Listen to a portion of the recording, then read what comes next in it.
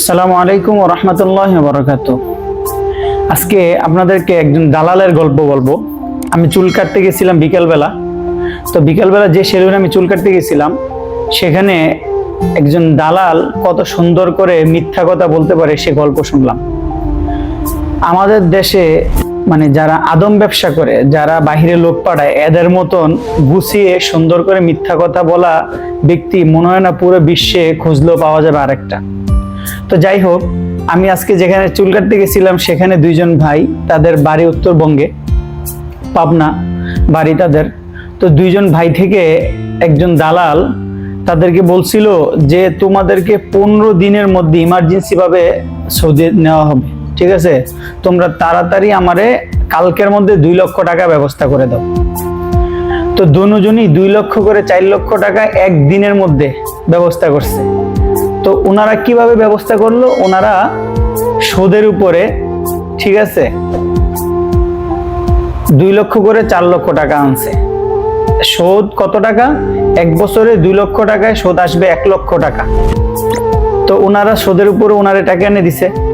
তো ওনাদের থেকে টাকা নেওয়ার পরে এরপরে ওনাদের এলাকায় ওই লোক আর যায় না, উনি আর যায় না, ওনাকে ফোনে পাওয়া যায় না। 1 মাস পর পর একবার ফোন ধরে বলে দালালে যে কফিলে ভিসা দিবে ওই কফিল সফরে গেছে, মানে বেড়াইতে গেছে আর কি।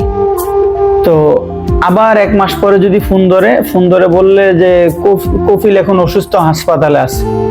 এভাবে করে ওনাদেরকে ঘুরাইতে একজনের সময় নিল 1 বছর, আরেকজনের সময় নিল 1.5 বছর। 1.5 বছর পরে ওনারা সৌদি আসছে।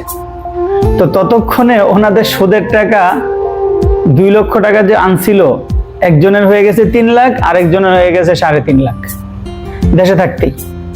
তারপরে সৌদি আসছে। তো ওনারা আজকে বললো যে ভাই, এমন একজন লোকের খপ্পরে আমরা পড়ছি যে আমাদের দেশে থাকতেই অবস্থা খারাপ, আর এই সৌদিতে আসার পরে এখন কোনো কাজ পাচ্ছি না। তো একটা সেলুনে, এখন এই যে আমি যে সেলুনে চুল কাটছি এই সেলুনে ঢুকছে ওনারা 1200 রিয়াল বেতন। যদি কাস্টমার হয় তাইলে 1200 রিয়াল বেতন পাবে, আর যদি কাস্টমার না হয় তাহলে অর্ধেক বেতন পাবে। তো গত মাসে নাকি ওনারা অর্ধেক বেতন পাইছে। তো এই যে অর্ধেক বেতন পাইলো, ওনাদের কি ফায়দা হইলো? তো অর্ধেক বেতন কত? 600 রিয়াল। 600 রিয়ালে বাংলাদেশে 18,000 টাকা। তো একজন দালাল কত সুন্দর করে গুছিয়ে কথা বলতে পারে। বহু মানুষ দেখছি ভিডিওতে বলছে দালালরে গান শোনাইবো, হ্যাঁ দালালরে দেশে পাইলে এটা করবো ওইটা করবো। আসলে কেউই কিছু করতে পারে না। যদি 2-1টা দালালকে কেউ কিছু করতে পারতো তাহলে হয়তো অন্য দালালরা সচেতন হইতো। আল্লাহ তাআলা এই দালালদেরকে হেদায়েত দান করুক। সকলে ভালো থাকবেন, সুস্থ থাকবেন। ভিডিওটি শেয়ার করে দিবেন। আসসালামু আলাইকুম ওয়া রাহমাতুল্লাহি ওয়া বারাকাতুহু।